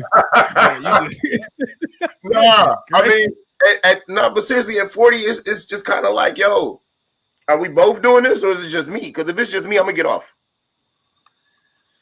I didn't get on this ride. I didn't get in this two-seater to ride by myself. Like you either in or you out. Yeah. So that means call. That means effort. That means a date for a date. Not when I say that, meaning like just even if you're not paying for it, even if it's just a hey, I would love to spend some time with you. I'd like to go out to the movies. I like movies. I don't even like movies, but if that's what you want to do. I feel like biologically, we're too old to be guessing to see what anybody wants to do. You have a mouth. But what I'm saying is use it to communicate exactly what it is you want. I want a devil's advocate that, Mike. I don't think that we're at the age now. I don't think it's ever been appropriate to try to guess what somebody wants when you were interested. We have more tolerance. I feel like we have more tolerance when we were younger, though. No, I didn't. At all. I didn't. At all. In 6th grade, no, I didn't. I'm like, why are we playing? Like, I'm pressure. Hey. Touche, my nigga. Touche. Yeah, I don't like the guess either. Tell me what you want. Tell me what you want. Don't make me guess and then get mad that I'm not guessing what's on your mind. Like what kind of shit is that? You know what I'm saying? You gonna want something, then you gonna get mad at me that I'm not guessing exactly what's on your mind, how you want it done. Like, no, tell me what you want. What is it? You know what I'm saying? You want to hang out? You want to see me? Don't just try to say something like, oh, I did this. Do you? No, tell me what you want. You know what I'm saying? Like, don't try to put little hints, because you're gonna get mad at me if I don't catch your hint. You know what I'm saying? Because your hint was based on what you're thinking about. So tell me what you want. I think that there's a lie. There's deception happening. I think that, and I'm gonna say this, and I'm not sure if it's gonna ruffle feathers or not, but I know it's true for some women, that they're saying they want to be pursued and they want a man to do all these efforts, because secretly there's a fear there. That's why they don't apply pressure. That's why they don't make certain things known, because they know that it requires a certain level of vulnerability and transparency and opportunity for rejection. And I think that putting the responsibility off on somebody else alleviates you from potentially being rejected, hurt, or things that men consistently expose themselves to and are expected to expose themselves to in the beginning and usually throughout the entirety of the relationship. At what point, this is what I think pressure is now, at what point do you open yourself up to the kind of vulnerability and transparency that could lead you to experience the rejection you're trying so desperately to avoid? Right. So you guys up here are on another level from these guys under y'all. So sometimes what we're finding at this point for us is that they don't want to make any changes to where their life is right where it is. So they're okay with it. They're comfortable in where they are. Now, if you decide that you want to adjust to her program and ride her way without her having to come off of her boat or even share, you can grab onto the back. Now, if you make your way inside the boat, cool. But it's still, I'm still driving this boat. We are running into a lot of that. The compromise or the desire to be anything outside of where they are, because they hot girl side in there. I'm in my soft girl what is it? Season era. Yeah, my soft girl era. You're in your soft girl era because nobody wants to be around you. Wow. I would say this though, it goes even further than that, and I'm not even going for the city girls and all that stuff. I'm coming back to the church, and I'm looking at it from the standpoint of even with the word compromise. What I'm learning is that compromise doesn't really mean that we're both going to let some things go. Compromise usually means that we're going to keep talking until you do what I want. Wow. I'm learning this from the perspective of that there's an expectation that the man needs to continue to make all the adjustments necessary to make the woman feel safe and wanted. And so compromise is not what compromise really was back in the day. Now is we're going to keep talking and I'm going to keep showing emotion until you finally yield to what it is I want. And I'm going to say we compromised. And if you don't make those compromises, they're going to say, oh, you ain't man enough. Huh? He didn't step up to the plate. Wow. You're not man enough. What? Are you serious? So you want me to be just as delusional as you are, and you calling me not man enough because I'm not just as delusional as you are, because you don't want to take accountability or you don't want to, make the adjustments for whatever needs to be done. And the reason I'm even calling this out is because it's the process of elimination. A lot of times as men, we think that we have a lot of good options on our table. Like, yo, she got this, she got this, she got that. But when we have these kind of conversations, when we look at the brass tacks of what it really takes to make a relationship work, and we have these kind of conversations and you're starting to recognize game, you'll recognize that those 10 you thought was solid, really you only got 2 that are. Baby. Right. And that's why we're not bashing anybody. We're just trying to help you expose your eyes to what it really is going to take, because if that's how it is now, that's a good degree of what you can expect later. And I know that we've been taught, like, oh, you get in a situation, things change. Only way that things change in a marriage is if both people choose to die. If this person shows you that death of self is of no interest to them, you can better believe that what you're going to get right now is what you're going to continue to get in the future. Yeah. Jesus. A lot of times relationships don't work. A lot of times relationships don't work, and you already know from the start that it's not going to work. But it's something about that person that you do not want to let go. You don't want somebody else to have. So you sacrifice yourself in order to not let that person go, and knowing damn well it ain't gonna work. Oh, she's bad. Oh, she got this. Oh, he got this money. Oh, he looks like this. Knowing damn well y'all don't work. Y'all really don't work. But you sacrifice, you know what I'm saying, at that point, because you're like, oh, well, I don't want to give it up. I don't want somebody else to have it. Oh, but I still want to hold on to these good points. But there's so many other bad points that show that we're not gonna work. But I don't want to give it up right now. So you stay in that situation until you get tired. And when you get tired, you light that fuse and boom, there's fireworks. All because you didn't make the choice at the beginning to say, you know what, this is not a good fit for me. I was told that it's because you don't want to mourn that space. You don't want to, because of however your mourning process is, you don't want to go through the grief of losing that situation or that space that you became either comfortable in, or either B had the desire for it to go further than where it ended up being. But regardless, you know that there is a space that you have to now create, that you have to go through. It's a valley you got to go through to get through this. And we don't want to often go through that. Well, listen, it's not that I love you. I just don't want to be lonely, you know? Yikes. But then when you realize that lonely is not really lonely, when you take it out of that position and you end up realizing that this is a educational process for yourself, you find happiness within self. And that was what we used to talk about on the show all the time. Finding happiness within self is such an easier pathway for other people to find happiness with you. Ladies and gentlemen, that was good. That was a good little episode right there. Let me say this before we move on to our. Well, I'm gonna put another post up and go into another video. But I think you guys are gonna have fun with this one, man. Here we go. Of course you missed me. I wasn't the problem. Oh, woo! Of course you missed me. I wasn't the problem. All right, cool.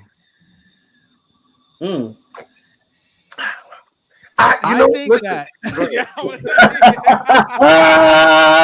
again, I must say these conversations need to be had. Somebody said the other day, and it hit me so tough, that we're living in such certain people, depending on where you are geographically, are living in such a soft generation that you cannot point out where they missed it without them calling it some kind of ism. Say that. It's like it's an ism, it's an ageism, it's a behaviorism. Nigga, you're fucking wrong. Like, I accept it. Like, just say, hey, it's so healing. Everybody out there who's listening, us included, if you've ever been the problem, embrace that. 100%. You never realized you were the problem. Everywhere you go, you're going to continue to be a problem until you accept that it was me. And now I can start looking in the mirror and say, okay, where is this rooting from? But if you are in denial that it was never you and it's always the other person, and you're looking for sympathy and empathy from people because you have to be the victim and you are the catch every single time and you did not drop the ball, you have an issue and you need to see somebody. You know what's crazy is that when you see somebody and you realize that the tweak is a half of a notch of something, just a little bit. It makes so much of the. Now there are some things you need to just completely just wipe the screen, Control Alt Delete. But there are some things that's just a little tweak and you a whole nother situation. Yeah. I love when I could talk to somebody about their exes and they're like, yeah, I messed that one up. Not lie to me, but I love when we can. That was me. That was all me. I messed that one up. Woo, man, I messed up. Yeah. That right there is somebody, fellas. If you're listening and you got 10 on your roster and you're trying to find out who's the one, look for that level of honesty and humility and self-awareness. Right. To say like, yo, this person owns up to their stuff. I can partner with a person like that easily. Right. Versus it's going to take 4 or 5 arguments for that person finally breaks down and say, yeah, I was wrong. Yeah. Right. Yeah. Because a lot of times it's, well, if you wouldn't have did this, then I wouldn't have. Yeah.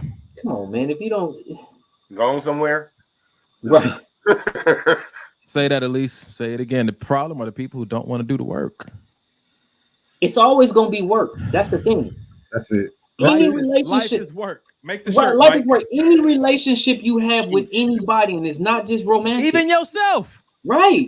Even yourself. There's always gonna be work. And for you to be that delusional and say, well, I don't have to do anything, or I'm good like I am, I'm perfect like I am, that's obvious that you're the issue right there. There's always gonna be work. Listen. Because it's times that you're not even gonna be able to stand yourself. Like, man, I'm lazy, I don't feel like doing this, and I know I need to do this, but I'm tired up. There's always gonna be an issue. There's always gonna be something that needs to be addressed. It's like people are getting in relationships not because they want to love somebody, but because they need help loving themselves. Facts. The work is hard, but the results are amazing. The other side of the work, I don't give a, excuse my French, I don't give a fuck if nobody enjoys who you are when you come out of whatever storm it is, or you come out of whatever place you are in growth. It feels better just for you. Yeah.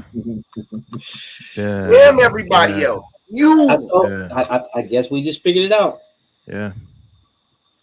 If you can look in the mirror and be excited about what you know about what you're looking at in the mirror. See, when people look at you, they have their own views and thoughts and assumptions and all of these other things based on what they know about themselves and what they think they know about you. But when you can look in the mirror and be happy with what you see in the mirror, be happy with the work that you did, because it's not for nobody else. Yes, I want a partner. Yes, I desire to be better for my brothers. Yes, I desire to be better for my child.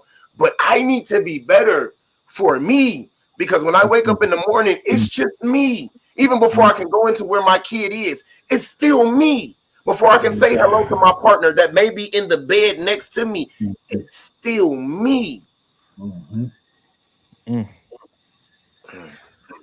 All right. I'm gonna switch gears. You're gonna probably be just as equally as passionate about this next topic, but I mean, we are already irritated, so let's go for it. How long have you been single for? About a year. What about you? Okay, hold on. When you say a year, like no situationships, no dating for more than 2 months, I don't believe that. I mean, yeah, no, situationships. That's a relationship. With no label and commitment because you don't want to. But that's a relationship. You like eat together, I don't want to say it, like fornicate, like I'm sure you do that.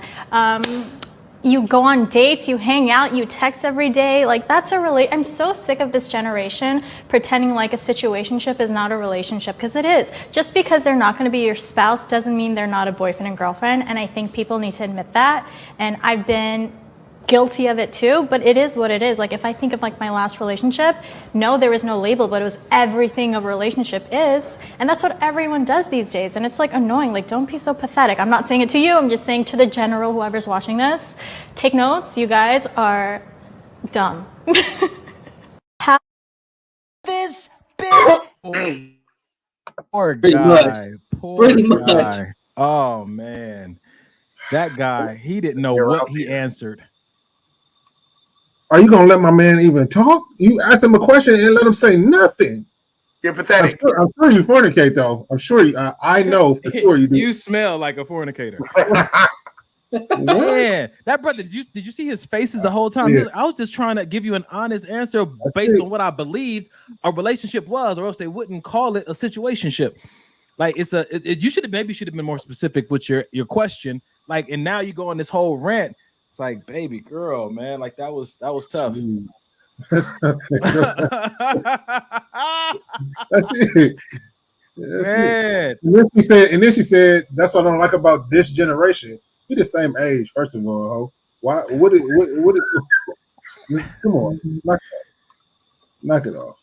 Oh, Jay says she clearly has all the answers. So I put that video up. Elise said it right here. I agree, though, to talk about this idea of situationship. This came about, the first time I heard about it was with Jada Pinkett, right? That's the first time I heard of a situationship. But I'd love to get you guys' take on that. What is it? Is it enough, like, applying pressure? Like, what is this situationship? Can we get some clarity? Are we going back to Urban Dictionary? I feel like I feel like a situationship is basically a relationship you don't want to give a title to because you don't want everything that comes along with the relationship. So you just call it a situationship because it gives you freedom to pretty much make up your own fucking rules. I think they just made it. They just made it a word. All it is, that's somebody I fuck with. Yep. You just made it a word. You just gave it a phrase. You can call it fuck buddies. That's somebody I fuck with. That's somebody I deal with. That's somebody I'm. A situationship is a romantic relationship. That means it involves certain intimacy that lacks clear definitions or commitment. It's characterized by emotional intimacy, spending time together, and often involves a physical and sexual component. However, partners won't define their relationship, place into a category, or set clear boundaries. This is interesting. If both partners don't want to label it, then who in the world is calling it a situationship? It ain't us. The world. It's the people who is looking, and ain't none of their business. And if you found yourself in a situationship, that means that you're in something that you're not agreeing to. So the only person you really need to talk to is a person in the mirror.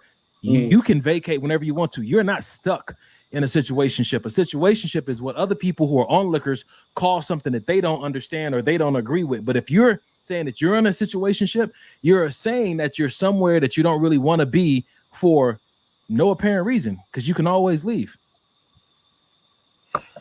All right. Damn. Please put it back upstairs. Sometimes it's not mutual, though. If it's not mutual, then it's not a situationship. It's not, no, by definition, it's not a situationship. Right. If it's not mutual. Right. Because that's what they're labeling us from the outside. But if you're in something and you're not getting the commitment that you want, why are you in it? If you're giving up goods and not getting in return what you desire, why did you compromise? If you are giving up essentials and only getting chump change in return, you're not stuck in that. That there is no label for that. Right. You guys aren't a thing. I feel like in that conversation where you're getting chump change and y'all just didn't have a conversation. You had some expectations that didn't come up in conversations, aren't coming up in conversations, are not gonna come up in conversations, but you desire for this to be what you have in your mind. So here we go. Thank you, Elise, for putting this up. She said, when men lead you to believe. My grandfather was a pastor, and he always told me, don't take my word for it. Go find out for yourself.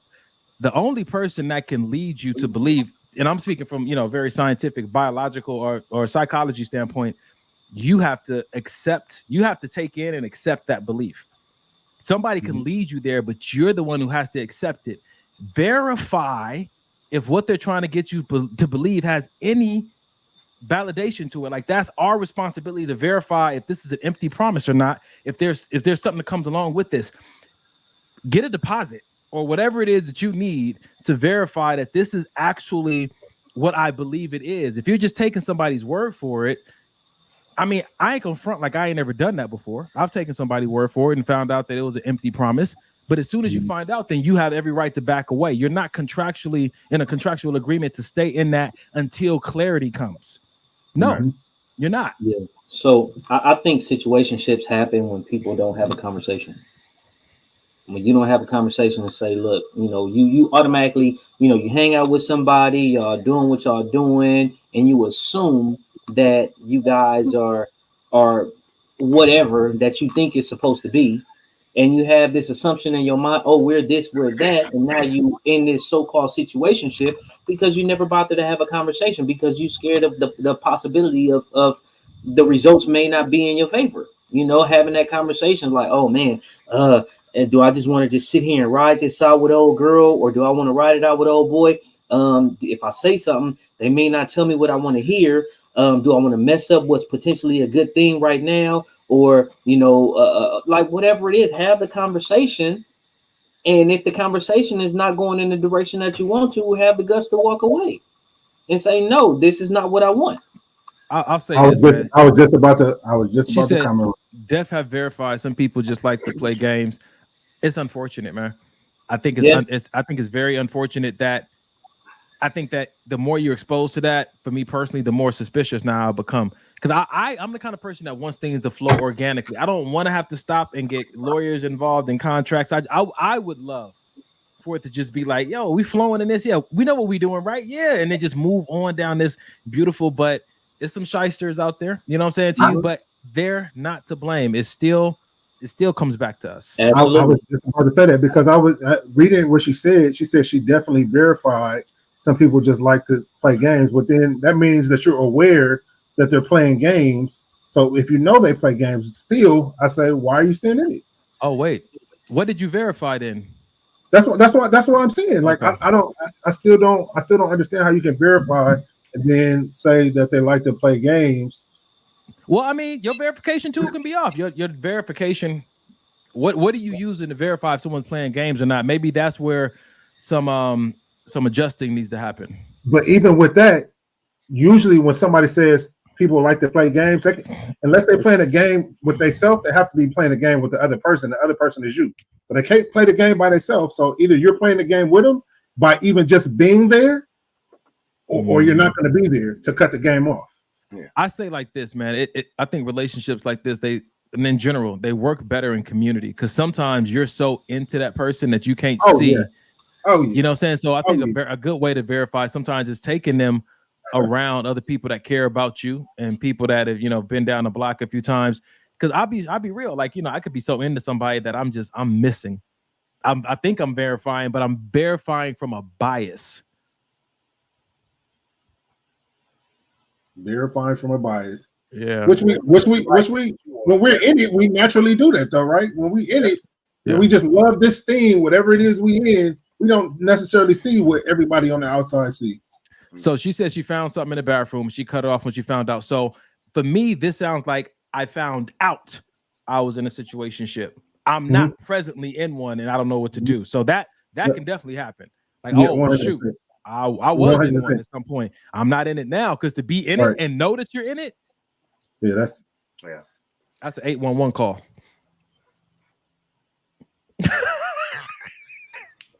The number didn't register at first. Wait a minute, y'all dropped your heads. I'm about to say it's a delay. I can see we both was like,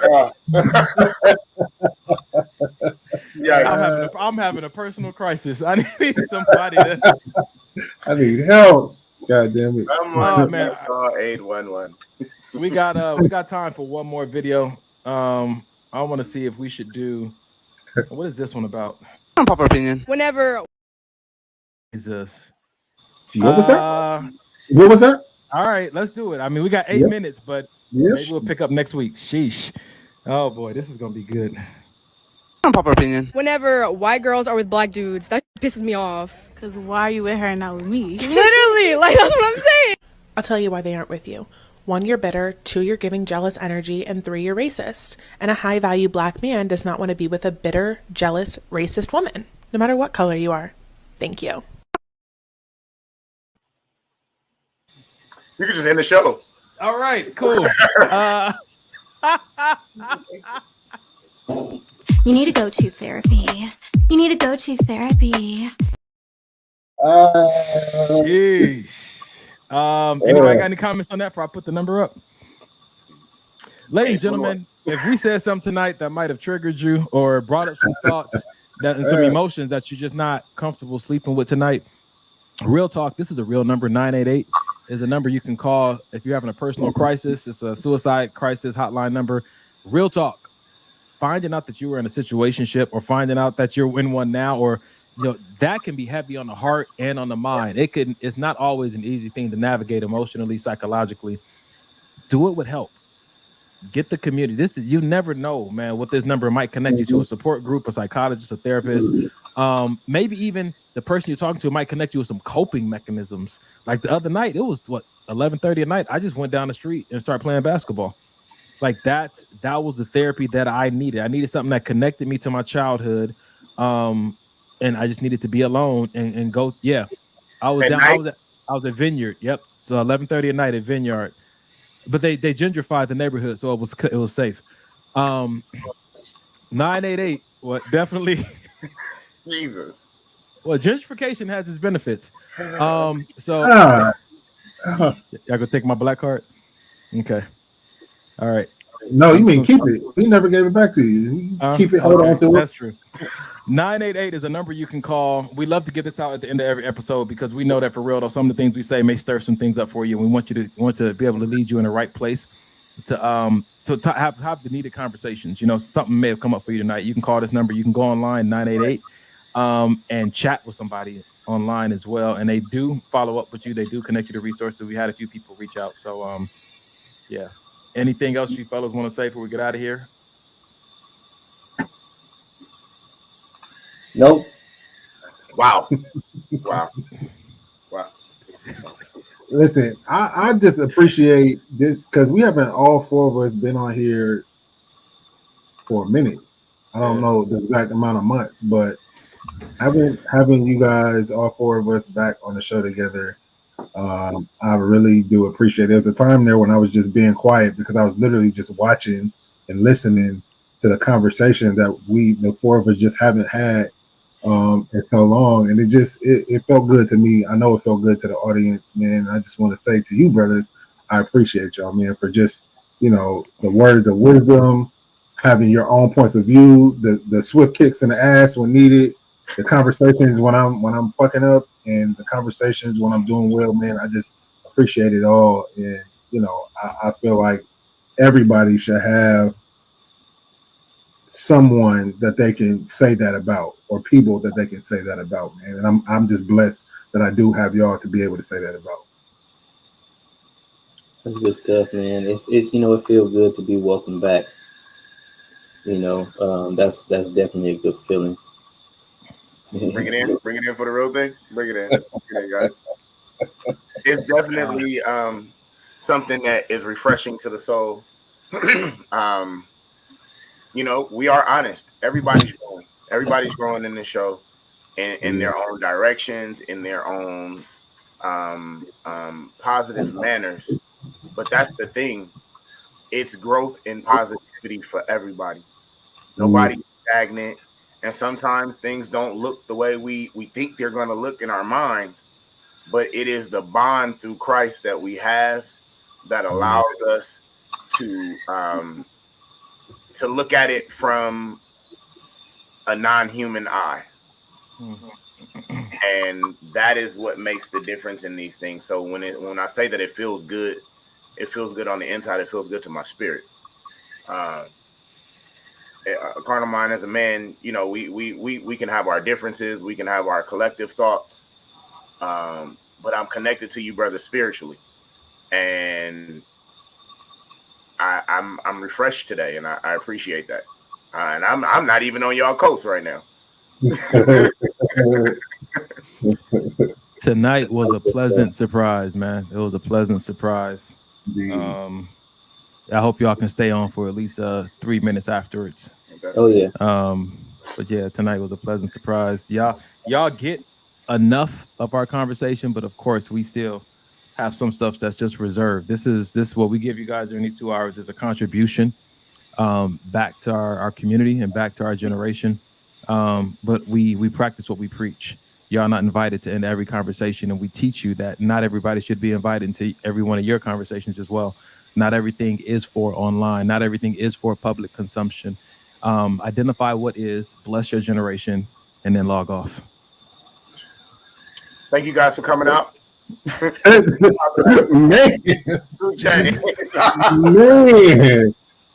Come on, man. Did you practice that shit? You practice that? My heart. Huh? It was in my heart. Yeah. Double, you praying?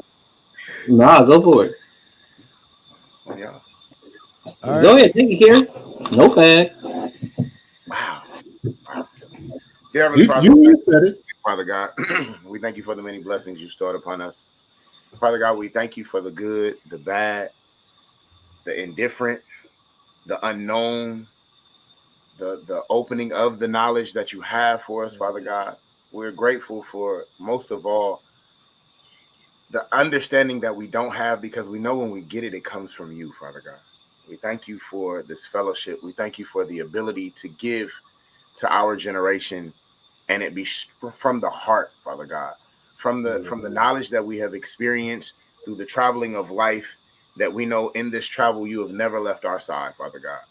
We know that in this you are everywhere that we desire for you to be, and you are everywhere that we don't even know you are. Father God, we thank you for these abilities and these conversations and this upbringing that we have, because even as grown men, we are still in this upbringing stage as we walk as men in Christ, Father God. We ask that you go ahead of us, Father God, stay far behind us, protect us in the middle, Father God. We know that you are the only one to get the praise for the things that we cannot do, even for the things that we can, Father God, for we know that it is you and only you. We ask that you cover our families, cover this week, Father God, cover the love that we share. Let it be strictly from your heart, your mind, your soul, Father God. We love you. We thank you. Protect us and guide us. These are all blessings we ask. In Jesus' name we pray. Amen. Amen. We love y'all. Until we meet again. Thank you for coming out. God bless. Tuche.